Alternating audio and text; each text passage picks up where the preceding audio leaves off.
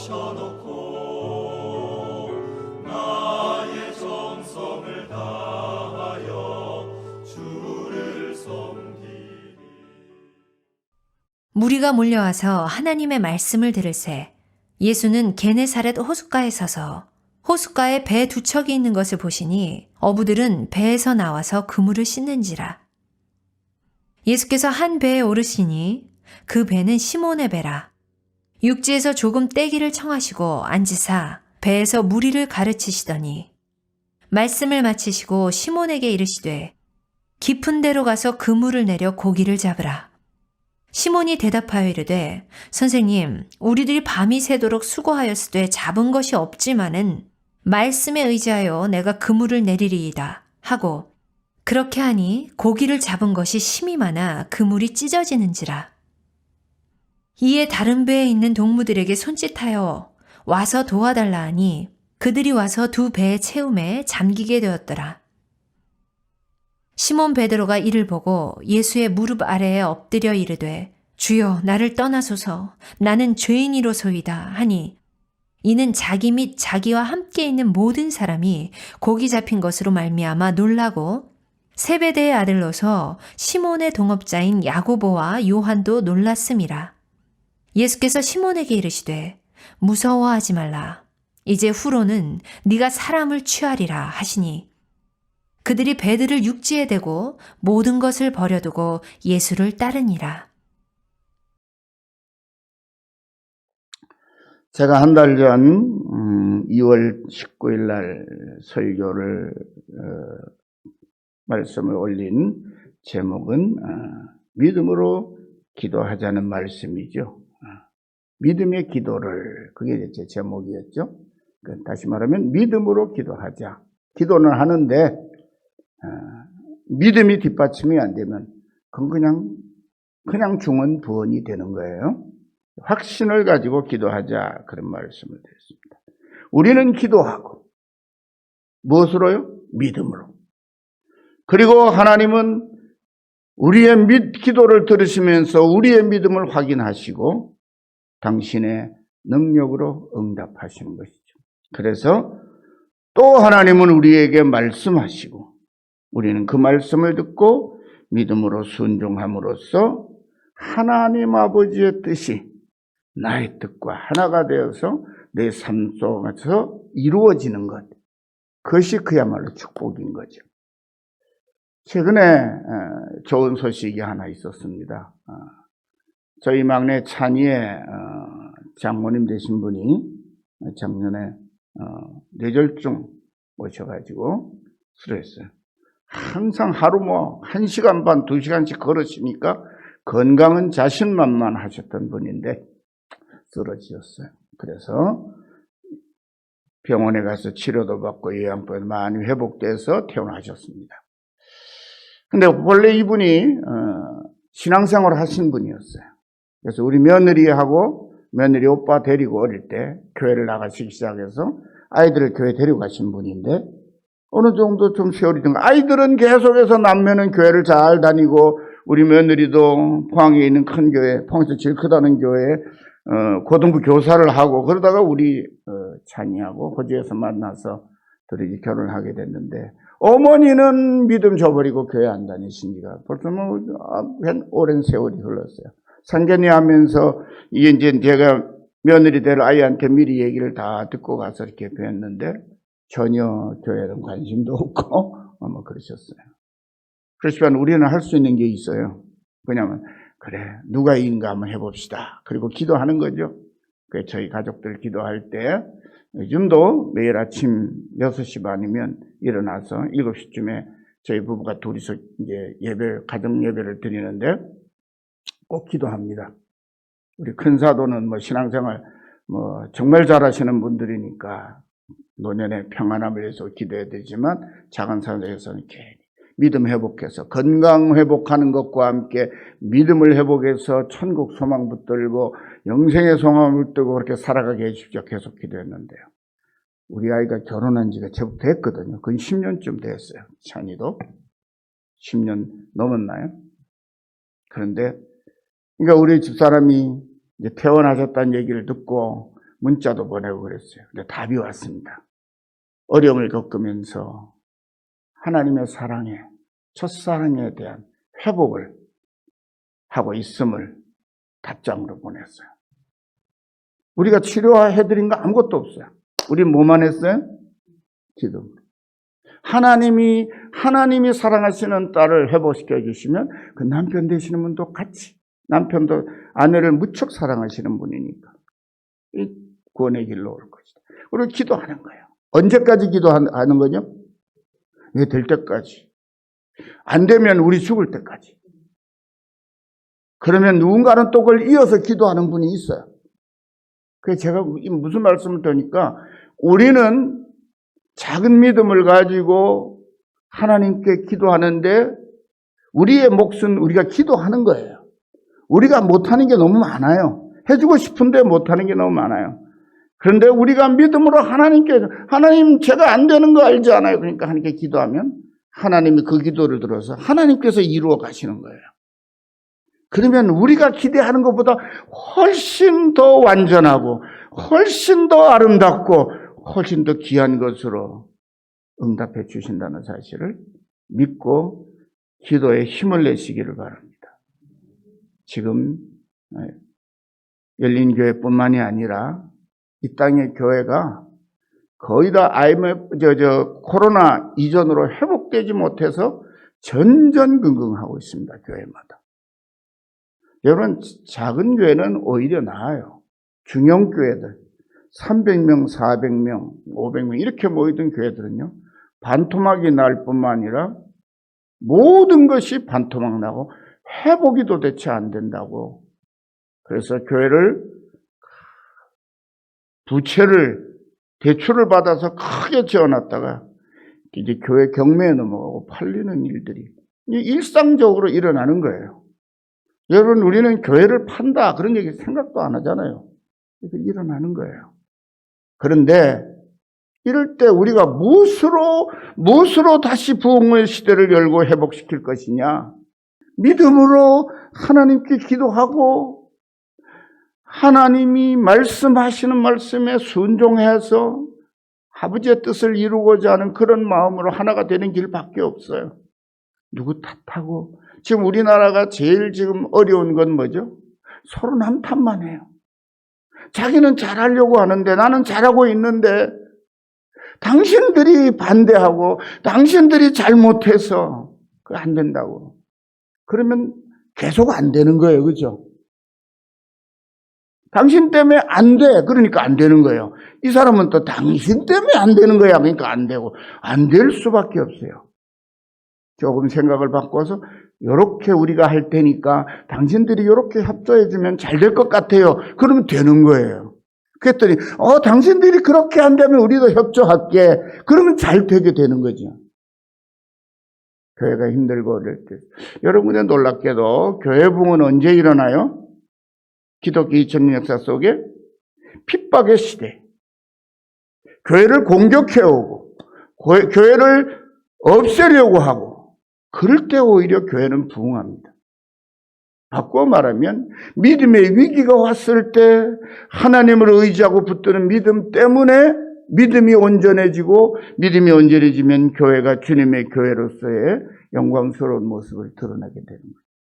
사람에게 자랑하려고 교회를 세우는 것도 아니고 사람에게 우리가 세상적으로 성공했다는 것을 보여주기 위해서 믿음 생활을 열심히 하는 게 아니라 우리는 하나님의 자녀답게 정말 하나님의 형상대로 지으신 아름다운 인격과 아름다운 성품을 지닌 아름다운 생활을 하고 참되게 살아가는 하나님의 사람이 되기 위해 우리가 신앙생활하는 거잖아요. 그렇다면 우리는 믿음으로 기도해야 되고 말씀에 의지해서 살아가야 하는 거죠. 오늘은 그런 말씀을 좀 드리려고 합니다. 우리는 육신의 눈으로는 하나님을 볼 수 없습니다. 육신의 귀로는 하나님의 음성을 들을 수 없습니다. 뭐 들었다 하는 사람들이 굉장히 위험한 거예요. 정말 하나님의 음성을 들은 사람은요, 그 얘기를 굉장히 두려워합니다. 왜요? 하나님의 음성을 심령 깊은 곳에서 들은 것을 확인하는 그 순간 두려움이 생기게 돼 있어요. 하나님은 가볍게 흥미진진하게 하나님의 말씀을 들을 수 있는 그런 말씀이 아니에요. 왜냐하면 하나님 말씀에는 하나님의 인격이 담겨 있기 때문이죠. 그 하나님의 말씀을 내 심령으로 들으면 나는 믿음으로 결단해야 되고 순종할 수 없는 상황 속에서 순종해야 되는 숙제 앞에 놓인 것과 같아요. 여러분, 예수님 믿는 것이 그렇게 룰루랄라 들놀이 가듯이 산보 가듯이 이렇게 즐겁고 신나는 일만 있는 게 아니에요. 예수님 믿는 거는 쉬운 일이 아닙니다. 그럼에도 불구하고 그런 어려움이 있고 난관이 있음에도 불구하고 그 예수님을 믿고 그분과 동행하는 것에 대한 기쁨이 너무 커서 우린 그걸 능히 이겨내고 극복하고 주님과 함께 하는 것이에요. 저도 예수 믿은 지가 60년이 넘었습니다. 꼭 만으로 60년이 됐어요. 횟수로는 61년째. 그동안에 돌아보면 여전히 어려웠고 여전히 힘들었고 여전히 배고팠고 여전히 가난했고 여전히 부끄러운 일이 많았어요. 그런데 그걸 극복하는 거예요. 하나님이 이끄시는 인도하심, 하나님 말씀을 따라 하나님께 구하면서 하나님께 길을 물으면서 꼭 왔어요. 세상적으로 내세울 만한 것도 자랑할 만한 것도 이만하면 됐다고 할 만한 것 아무것도 없습니다. 그런데 감사함이 넘쳐요. 왜? 그 힘들고 어려웠던 그 어떤 것을 다 합쳐도 하나님과 함께하며 누렸던 기쁨과 영광과는 좋게 비교할 수 없기 때문에 그렇습니다. 목숨까지 다 내어놓으라도 하더라도 믿음만은 포기할 수 없는 이유가 그렇기 때문인 거죠. 우리는 눈으로 하나님을 볼 수 없고 귀로 하나님의 음성을 들을 수 없는데 그래서 하나님은 우리에게 하시고 싶은 말씀 들려주실 당신의 말씀을 우리가 가지고 있는 신구약 성경 66권에 기록해서 모든 인류에게 선물로 주셨습니다.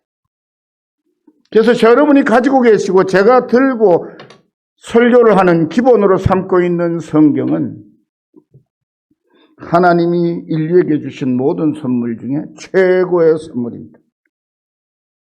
성경책을 막 신주단지 모시듯이 하지 마세요.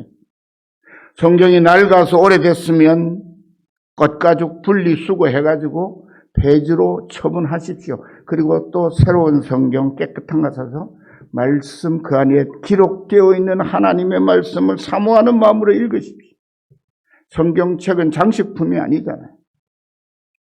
그리고 하나님이 성경 66권을 기록하여 우리에게 선물하시면서 거기 담아 놓으신 말씀의 주인공이신 예수님은 약속하신 성령을 우리 각 사람들에게 부어주셔서 우리가 그 말씀을 읽을 때 그 말씀을 들을 때에 하나님의 말씀으로 믿고 받아들이게 해주셨어요.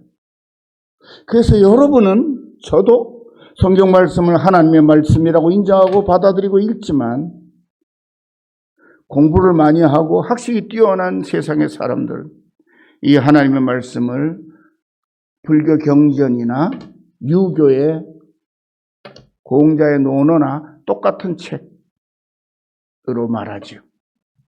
교훈집 같은 것쯤으로 생각해요. 제 외삼촌 가운데 윤리 선생님을 하신 분이 있습니다. 근데 그분은 맨날 저만 보면 성경을 저한테 가르치려고 해요. 근데 순엉터리예요. 성경을 초보도 모르면서 저한테 성경 가르치려고 그래요. 제가 웃으면서 그러세요? 왜요? 제가 아니라고 그러면 또 몇 시간 동안 그 궤변을 또 늘어놓을지 모르니까요.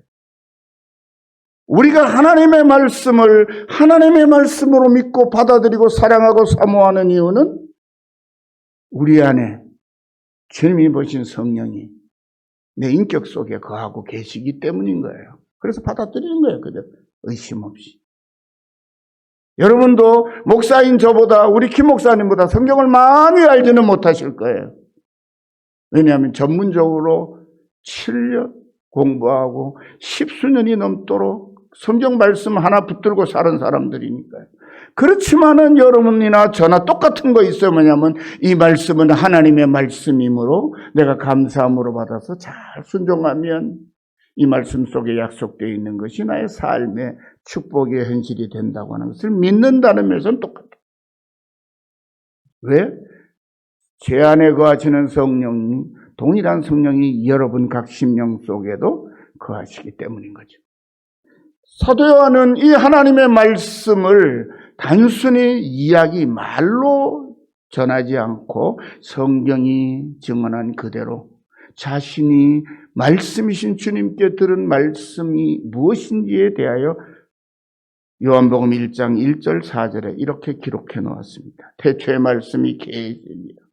말씀이 계시답니다. 이 말씀이 하나님과 함께 계셨으니 이 말씀은 곧 하나님이시니라. 그가 태초에 하나님과 함께 계셨고 만물이 그로 말미암아 지은 바 되었으나 지은 것이 하나도 그가 없이는 된 것이 없느니라. 그 안에 생명이 있었으니 이 생명은 사람들의 빛이라. 그리고 또 요한일서 1장 1절 2절에서는 태초부터 있는 생명의 말씀에 관하여는 우리가 들은 바요 눈으로 본 바요 자세히 보고 우리 손으로 만진 바라. 이 생명이 나타내신 바 된지라. 이 영원한 생명을 우리가 보았고 증언하여 너에게 전하노니 이는 아버지와 함께 계시다가 우리에게 나타내신 바 된 이시니라.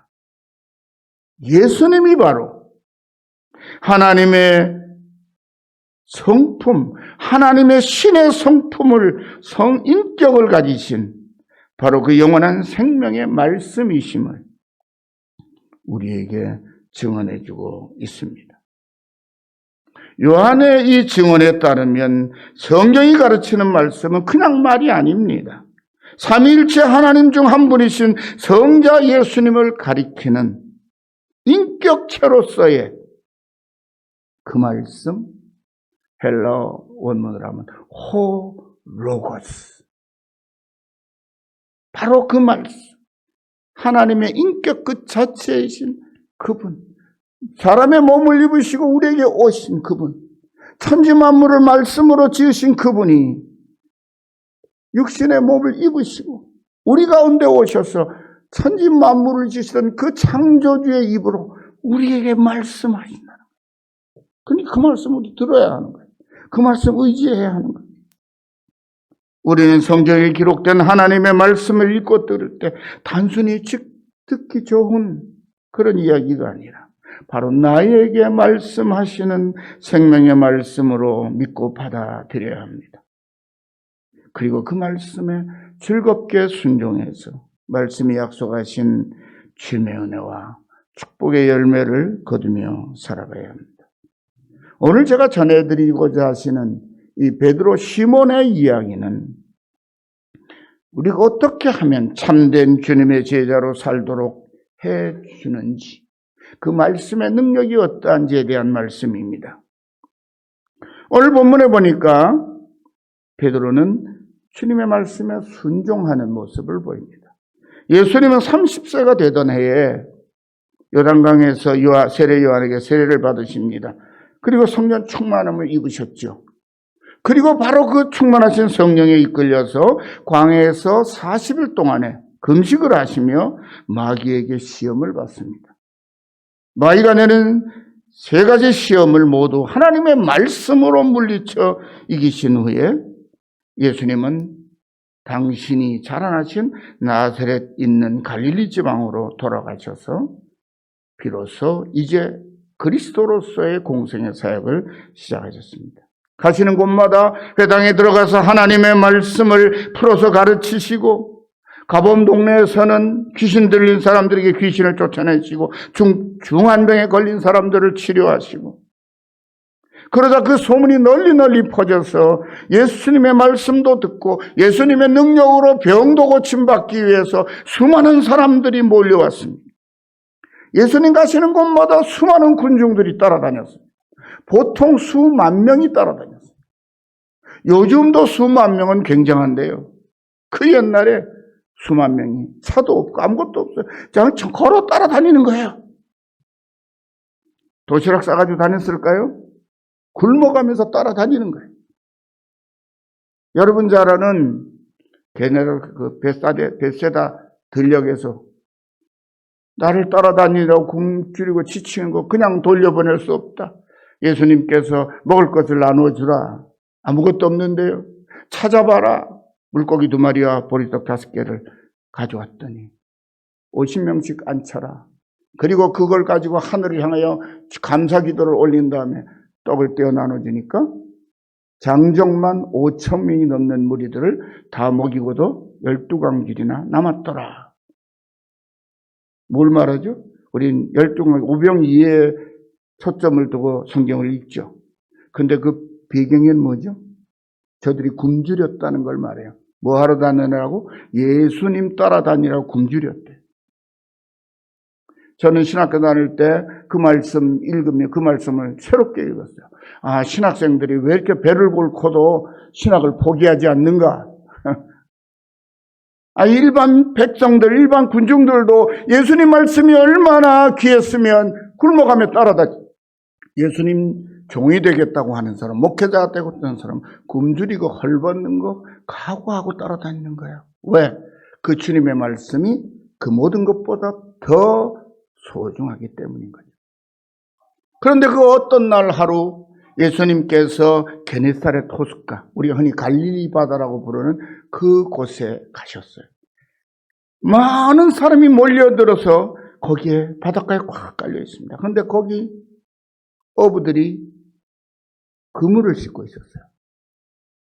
근데 보니까 물고기는 한 마리도 못 잡고 그물 씻고 있는 거예요. 밤새도록 그물질했는데 고기 한 마리 못 잡은 겁니다. 그런데 예수님께서 배가 아마 한 2척이 있었을 걸로 보여져요. 베드로 안드레 형제의 배, 요한과 야고보 형제의 배. 근데 둘 다 허탕친 거예요. 한 동네 어부 동료예요. 근데 예수님께서 2배 중에 시몬에게 배 가시더니 나 배 좀 태워다오. 그래서 예. 그리고 그물 씻던 거 치워놓고 예수님 배 태워드렸어요. 그랬더니 예수님께서 조금 띄우자, 물가에서. 그래서 좀 띄워드렸어요. 왜 물가에서 띄워드렸냐면요, 물가에서 좀 띄어서 어느 정도 거리를 두고 말씀을 하시면 예수님 말씀이 그 앞에 있는 바닷물에 반사가 돼서 쭉 소리가 퍼져나가는 거예요. 스피커폰 역할을 하는 거예요, 바다가. 실제로 고대의 원형극장에는 극장 무대 바로 앞에 물을 담아놓고 만들어 놓은 구조가 있어요. 실제로 가보면. 거기 무대에서 요새처럼 마이크도 없는데 막 노래를 부르거나 연극 대사라면 저 뒤에 수십 미터 뒤에 계단. 이 관중석으로 되어 있는 저 위에까지 잘 들려요. 그 물을 안 깔아놔도 잘 들리게 구조상으로도 만들어놨지만 물까지 깔아놓으면 더 잘 들리는 거죠. 예수님은 당신께서 천지 만물을 지으셨으니까 어떻게 하면 내 작은 소리로도 여기 문중 모두에게 내 말이 다 전해지는지를 알고 계신 거지. 그런데 그 배는 누구의 배라고요? 시몬 베드로의 배예요. 그러면 그 예수님의 말씀을 직접 자기 귀로 가장 가까이서 또렷하게 들은 사람은 누구죠? 바로 베드로지. 베드로가 이상하게 난 물고기 한 마리도 못 잡고 지금 마음 상해 죽겠는데 누구 약 올리는 거 아니고 배 태워달라고 그러고 저리 가자 그러고 막 그러신 게 자기 말 전하려고 그런다 이렇게 생각할 수 있잖아요. 밤새도록 고기 한 마리도 못 잡고 허탕치고 지쳐 있는데 근데 베드로가 그러질 않아요. 예수님이 배 태워달라니까 태워드리고 배 좀 띄우자니까 띄우고 그리고 거기 띄워서 거기 가까이 가장 예수님 가까이 앉아가지고 예수님 하신 말씀 자기도 듣는 거예요. 근데 예수님 말씀만 듣는 게 제가 생각하건데 베드로가 그 예수님의 말씀에 압도되었을 것이에요. 그리고 말씀을 듣는 바닷가에 호숫가에 있는 사람들의 눈빛이 달라지는 것을 보았을 거예요. 얼굴빛이 달라지는 것을 보였을 거예요. 그들이 보이는 반응을 생생하게 보았을 거예요. 그리고 그 한 주님의 말씀이 얼마나 대단한지를 아마 도대체 이분이 누구시지? 어떻게 이런 말씀을 내가 들어본 적이 없는 말씀을 하시네? 그리고 아마 감동했을 거예요. 말씀을 다 마치시더니 베드로 보고 이럽니다. 얘야, 그물을 가져오나 깊은 데로 가서 그물을 내려라. 그리고 고기를 잡아라. 여러분, 그물을 내려라까지는 말할 수 있죠. 누구나. 혹시 또 알아? 잡을 수 있을 건데 그물을 내려 뭐 하라고요? 고기 잡아라. 베드로라 아무도 고기 한 마리 못 잡은 거 이미 알고 계시는 거예요. 그리고 고기 가서 내 하면 고기 잡는다고 말씀하시는 거예요. 그럴 때 베드로가 보입니다. 반응이. 선생님, 우리가 밤이 새도록 그물지는데 한 마리도 잡은 게 없습니다만은 뭐가 붙었어요 끝에? 그렇지만은 나 지난밤에 실패했습니다. 제가 말이죠, 이 갈릴리 바다에서 고기 잡으며 잠벽을 그물질을 하는데 저만큼 통달한 사람이 없습니다. 그런데 지난밤에는 이제 한 마리도 없었습니다. 그러니 오늘 그대로 가면 어떻게 해보나마나 허탕인데 내일 밤에 고기 잡을 오늘 밤 지나고 나서 고기를 잡든지 하지 뭐 여러 가지 말을 둘러댈 수가 있을 거예요. 그런데 한 마리 잡은 게 없지만 우리가 밤새도록 시부에서 한 마리 잡은 게 없지만은 그 다음에 뭐요? 말씀에 의지하여 내가 그물을 내리겠습니다. 그렇게 말합니다. 베드로답게 머뭇거림이 없이 그냥 주님 말씀 따라 막 움직입니다. 여러분, 갈릴리 바다 물길에 대해서는 고기 많이 모이는데 안 모이는데 누가 제일 잘 알아요? 그곳에서 고기 잡으며 살아온 베드로가 제일 잘 알 거예요. 여러분, 텔레비 가다 보면 해녀들 있죠, 해녀들. 해녀들이 자기가 물질하는 그 바닷가 밑은요, 우리가 동네 어디가 뭐 있고 다 알듯이 그거 다 한다는 거예요. 그래서 그들에게 어업권이 보장돼요. 그 물길을 알고 있기 때문에. 근데 예수님은 물고기 잡으신 경험이 있어요, 없어요? 없어요. 예수님은 맨날 망치, 끌을 가지고 톱 가지고 뭐 자르고 하고 목수예요, 목수. 근데 예수님이 기분 대로 가서 그물을 내려 고기를 잡으라 그러는데 베드로가 말합니다. 선생님. 놀라운 것은요, 이때 쓰는 단어를 우리가 조금 살펴볼 필요가 있어요. 여러분, 바리새인이나 사두개인이나 율법사에 대하여 유대인들이 부를 때 뭐라는 말을 쓰는가 하면 선생이여 그렇게 부릅니다.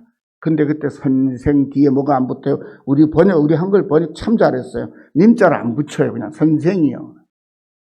근데 그렇게 번역한 이유가 있어요. 그 선생이라고 번역된 성경 원문은 디다스칼로스예요. 교사예요, 교사. 가르치는 것을 업으로 삼고 있는 직업적인 선생. 근데 여기 베드로가 부른 선생님하고 불렀을 때 쓴 헬라 말은 에피스타타라는 말을 써요. 그 에피스타타 말은 선생이라는 의미가 아니에요. 그것은 한 집안의 제일 어른, 또 군대로 치면 군단장급 되는 사령관급 되는 사람들, 명령권을 가지고 있어서 그분이 말씀하시면 그 명령을 따라야 되는 높은 분, 우리의 지도자, 그분을 높일 때 쓰는 말이 에피스타타예요.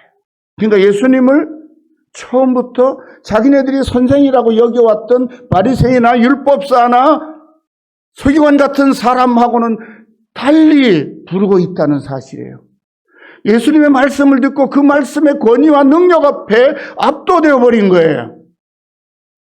그냥 흔한 만날 수 있는 스승이 아니라, 선생님이 아니라 이분은 그야말로 내가 어쩔 수 없이 빨려 들어가고 순종할 수밖에 없는, 이분의 말씀 앞에 나는 순종해야만 하는 그런 분을 하는 거예요. 그래서 내가 밤이 맞도록 수고하여 얻은 것이 없지만은, 여러분, 한글 번역은 말씀에 순종하여 그렇게 돼 있죠.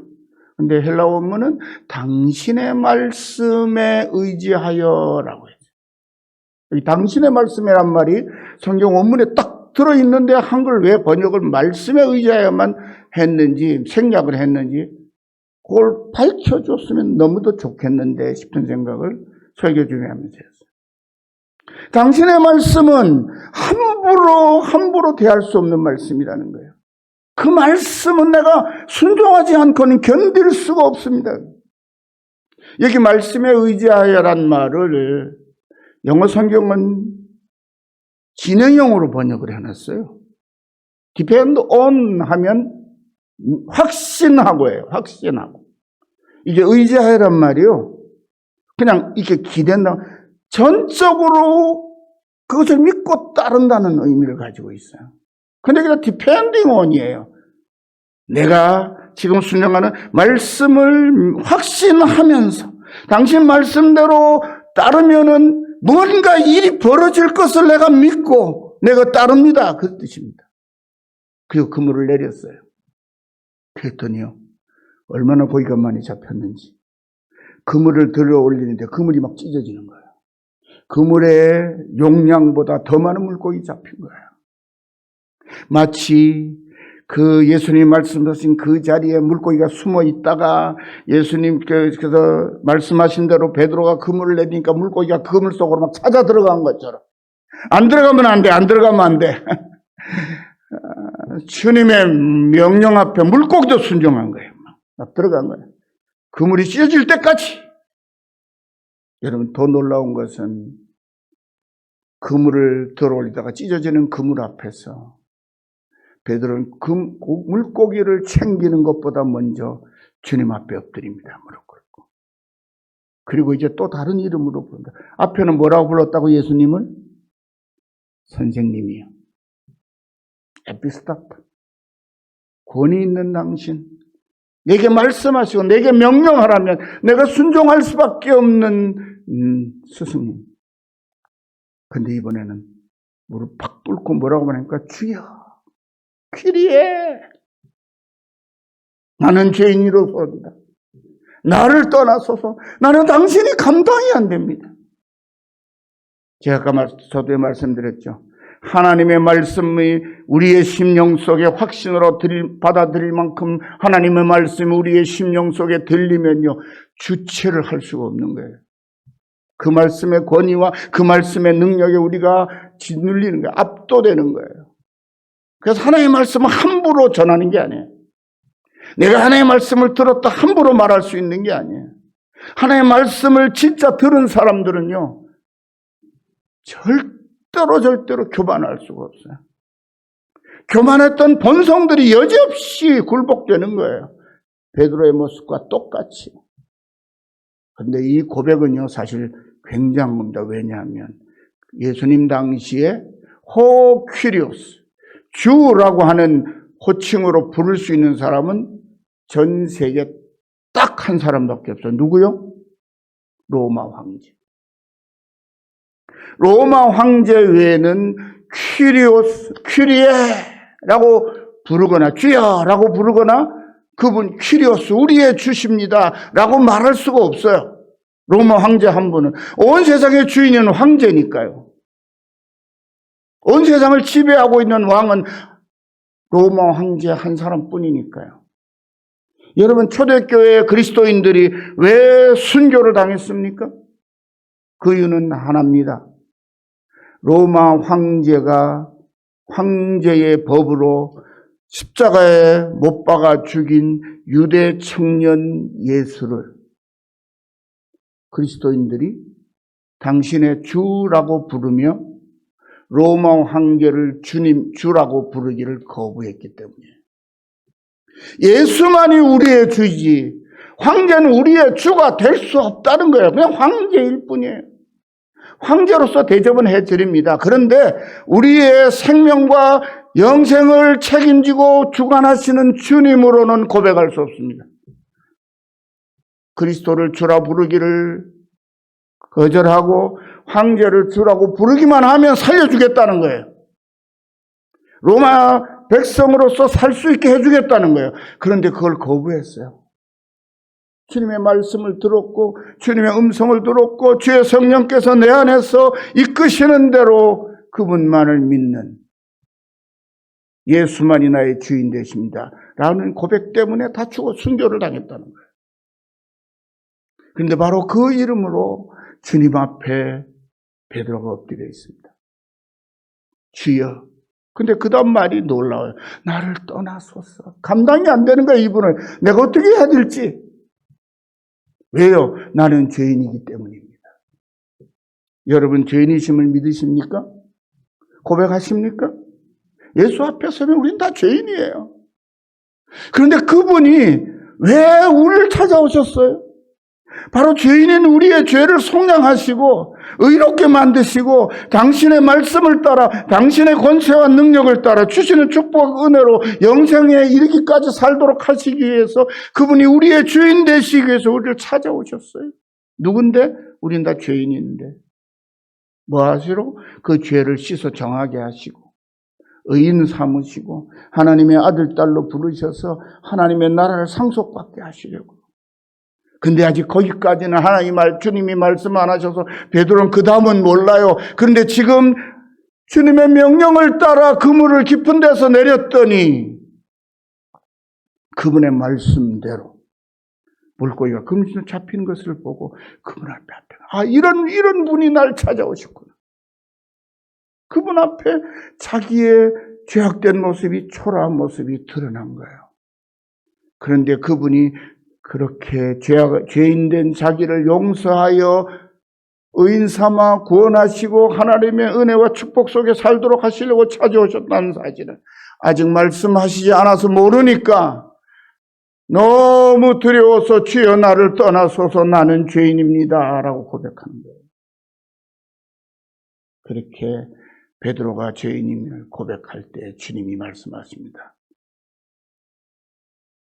이제는 네가 사람을 낚는 어부리가 되리라. 무서워하지 말라. 이제 후로는 네가 사람을 취하리라. 마태복음은 사람을 낚는 어부가 되리라. 여러분 이 말씀 앞에 누가복음 본문에서는 그들이 배를 육지에 버려두고 모든 것을 버려두고 예수님을 따랐다 그렇게 말합니다. 예수님을 만난 사람들은 그분의 말씀 대신 그분의 말씀 앞에 권위 앞에 다 자신들의 죄인임을 고백하고 내려놓고 주님 따르라 하신 대로 따릅니다. 베드로와 안드레 형제는 배를 버려두고 그물을 버려두고 예수님 따릅니다. 요한과 여보는 배와 그물뿐만 아니라 자기 아버지도 버려두고 따릅니다. 세리마태는 세관에 앉아 있다가 나를 따라오너라 그러니까 거기 걷어놓은 세금이고 뭐고 다 내려놓고 그냥 따라갑니다. 그렇게 예수님을 따라 제자가 된 그들은 예수님 부활승천하신 후에 예수님 보내주신 성령으로도 충만해져서 그 성령의 충만함 가운데 예수의 복음을 자기의 주인 되신 그분을 온 세상 만민들에게 알려서 사람을 낚는 어부가 되기 위하여 자기의 삶 전체를 바쳐 주님을 따릅니다.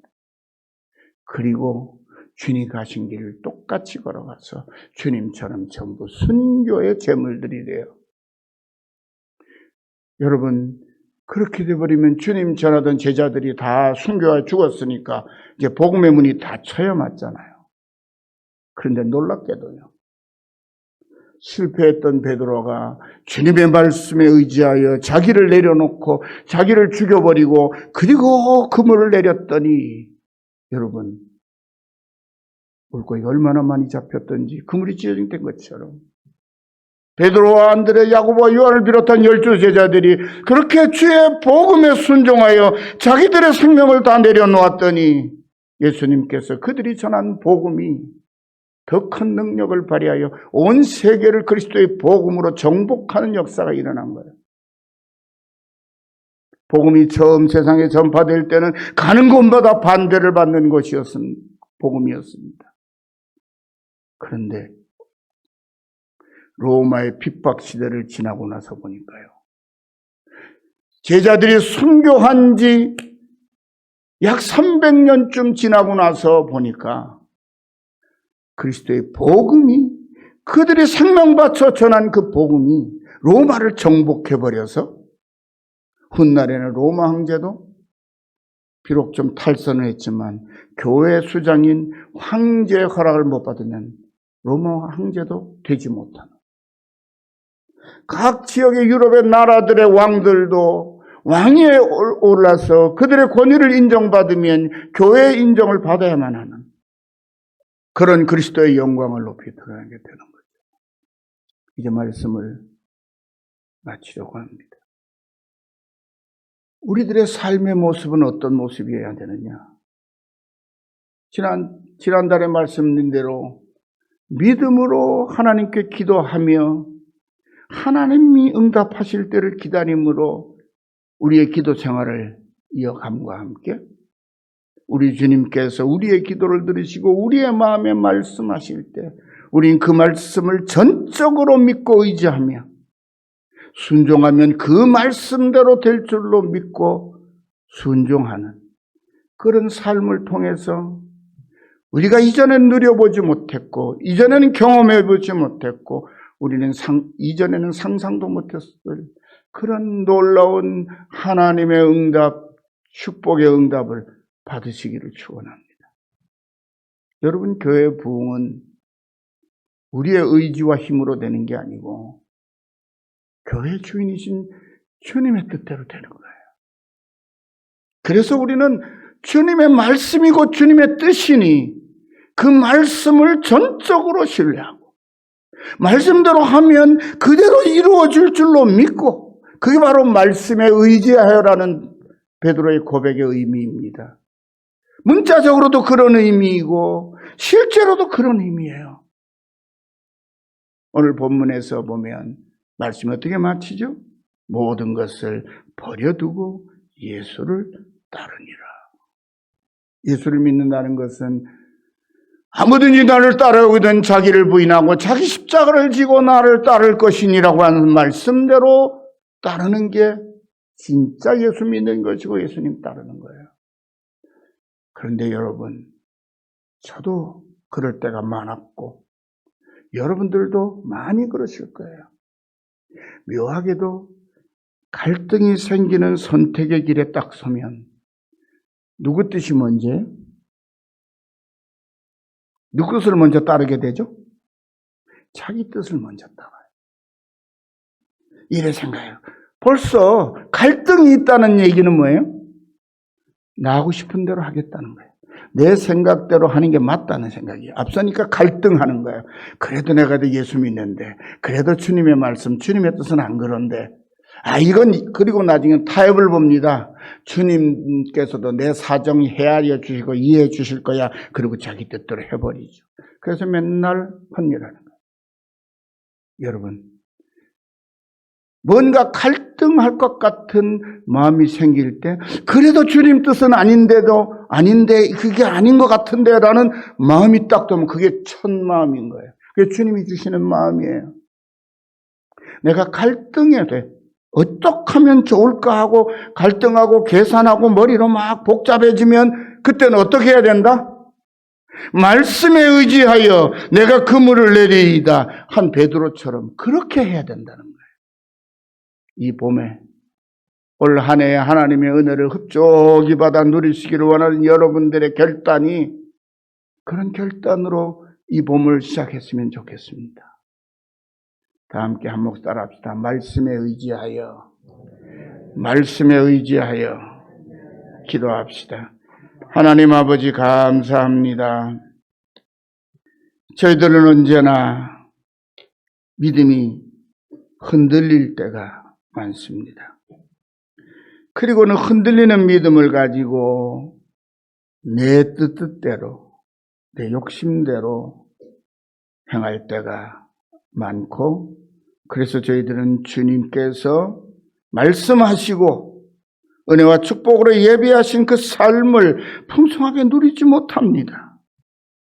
베드로가 주님의 말씀 앞에 자신을 내려놓고 모든 것을 버려두고 주님을 따랐듯이, 그래서 주님이 약속하신 하늘의 문을 열고 닫는 성도가 된 것처럼 저희들도 그렇게 주님의 말씀에 순종하여 주님을 따름으로 주님이 우리에게 허락하신 하늘과 땅의 모든 은혜와 축복과 평강을 감사함으로 누리는 그런 주님의 제자들이 다 되게 하옵소서.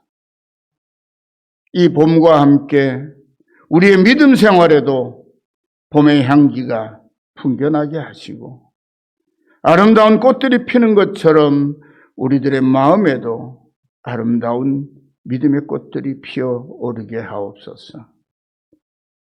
그래서 그 믿음으로 주님께 순종하며 주님의 뜻을 받들며 주께 영광을 돌리는 올 한 해를 살아내게 해 주옵소서. 모든 말씀을 예수님의 이름으로 간절히 기도드리옵나이다. 아멘.